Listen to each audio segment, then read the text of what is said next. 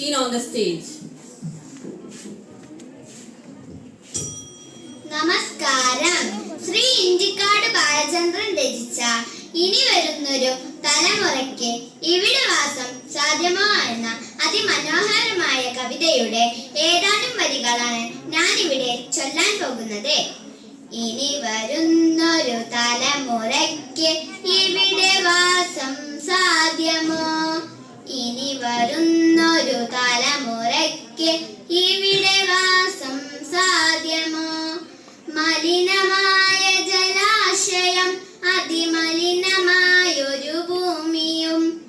മലിനമായ ജലാശയം, അതിമലിനമായൊരു ഭൂമിയും.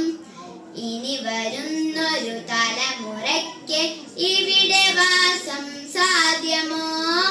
ഇവിടെ വാസം സാധ്യമോ?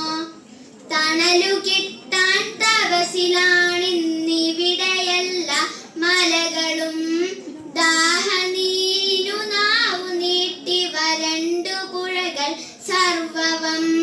കാറ്റുപോലും വീർപടക്കി കാത്തു നിൽക്കും നാളുകൾ. കാറ്റുപോലും വീർപടക്കി കാത്തു നിൽക്കും നാളുകൾ. ഇവിടെയെന്നൻ പിറവിയെന്ന വിത്തുകൾ തൻ മന്ത്രണം. ഇവിടെയെന്നൻ പിറവിയെന്ന വിത്തുകൾ തൻ മന്ത്രണം. ഇനി വരുന്നൊരു തലമുറയ്ക്ക് ഇവിടെ വാസം സാധ്യമോ? ഇവിടെ വാസം സാധ്യമോ? ഇലകൾ മൂളിയ മർമരം, കിളികൾ പാടിയ പാട്ടുകൾ ഒക്കെയങ്ങു നിലച്ചു കേൾപ്പത് പൃഥ്വി തന്നെ നിലവിളി. നിറങ്ങൾ മായും പൂതലം, വസന്തമിന്നു വരാത്തിടം.